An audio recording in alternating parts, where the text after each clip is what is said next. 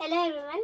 तो पिछली वीडियो में हमने हमारा टॉपिक कोल एंड पेट्रोलियम का नेचुरल गैस जो है वो ख़त्म कर लिया था। अब हम हमारा टॉपिक पढ़ेंगे some natural resources are limited. So let's get started. Now you have studied in the beginning of the chapter that some natural resources are exhaustible like fossil fuels, forest, mineral, etc.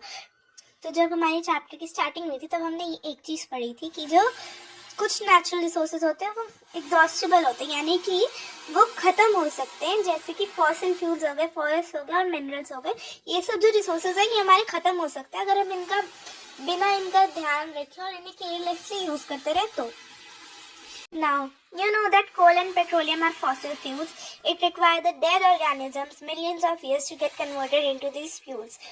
तो हमें पता है कि कोल and petroleum जो है वो fossil fuels है, जैसे कि हमने इस पूरे चैप्टर में पढ़ा। और जो ये डेड ऑर्गेनिजम्स हैं इन्हें मिलियंस ऑफ ईयर्स लगे इन फ्यूल्स में कन्वर्ट होने के लिए, ठीक है। On the other hand the known reserves of these will last only a few hundred years. अब जो अभी हमारे पास प्रेजेंट में रिजर्व्स हैं ये ज़्यादा से ज़्यादा हमारे 100 ईयर्स तक रहेंगे। और moreover burning of this fuels is a major cause of air pollution. और ये अगर हम जितना इन्हें और इन फॉसिल फ्यूल्स को जलाते हैं उतना ही हमारा ज़्यादा जो है एयर पोल्यूशन भी होता है।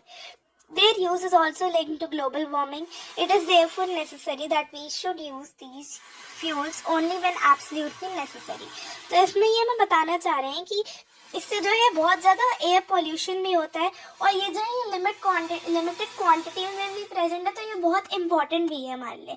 लेकिन इससे एयर पोल्यूशन भी होता है, तो इसमें हमें एक चीज़ सिखाना चाह रहे हैं कि इन फ्यूल्स को हम तभी जलाएं जब जो है इनका यूज़ है बहुत ही ज़्यादा नेसेसरी हो, मतलब कि बहुत ही ज़्यादा नीड हो, तभी हम इन फ्यूल्स को जलाएं, ठीक है। क्योंकि इन फ्यूल्स की वजह से ग्लोबल वार्मिंग भी होती है।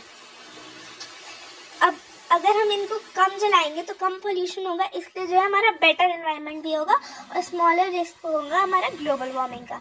और इसलिए और इसी वजह से इनकी जो अवेलेबिलिटी है वो भी ज़्यादा होगी, क्योंकि अगर हम इन्हें कम जलाएंगे सिर्फ तभी जलाएंगे जब हमें एक्चुअल में उसकी नीड है, तो उससे जो है पॉल्यूशन भी कम होगा, ग्लोबल वार्मिंग भी कम होगी और ये जो फ्यूल्स हैं ये ज़्यादा टाइम के लिए हमें लास्ट भी करेंगे। In India, the Petroleum Conservation Research Association, that is known as PCRA, advises people on how to save petrol, diesel while driving. Their tips are, तो जो इंडिया में जो पेट्रोलियम कंजर्वेशन रिसर्च एसोसिएशन है उसने कुछ हमें एडवाइसेस दी हैं जो हमें फॉलो करनी चाहिए ड्राइविंग के टाइम पे, ताकि हम ज़्यादा से ज़्यादा पेट्रोल और डीजल जो है बचा सकें। तो इसमें उनकी पहली एडवाइस क्या है, drive at a constant and moderate speed as far as possible. तो यानी कि हमें एक कांस्टेंट और मॉडरेट स्पीड पे ड्राइव करना चाहिए जहाँ तक पॉसिबल हो। मॉडरेट या कांस्टेंट स्पीड का मतलब होता है कि स्पीड जो ज़्यादा ना तो हाई हो, ज़्यादा ही तेज ना हो और ज़्यादा ही कम भी ना हो, ठीक है। Second advice is switch off the engine at traffic lights और at the place we have to wait. तो अब जिस जगह पे हमें वेट करना हो या फिर ट्रैफिक लाइट्स पे जो है हमें वेट करना पड़ता है आगे बढ़ने के लिए, तो गाड़ी जो है हमारी बस वो ऐसी रखती है, हमारी वो चलती नहीं है, तो तब जो है हमें अपना इंजन बंद कर देना चाहिए ताकि उस पर ज़्यादा फ्यूल ना लगे और जो है फ्यूल की वेस्टेज भी ना हो। Third is ensure correct tyre pressure. हमें जो टायर प्रेशर है वो भी हमें ये देखना है कि वो सही है या नहीं। And The fourth advice is ensure regular maintenance of the vehicle.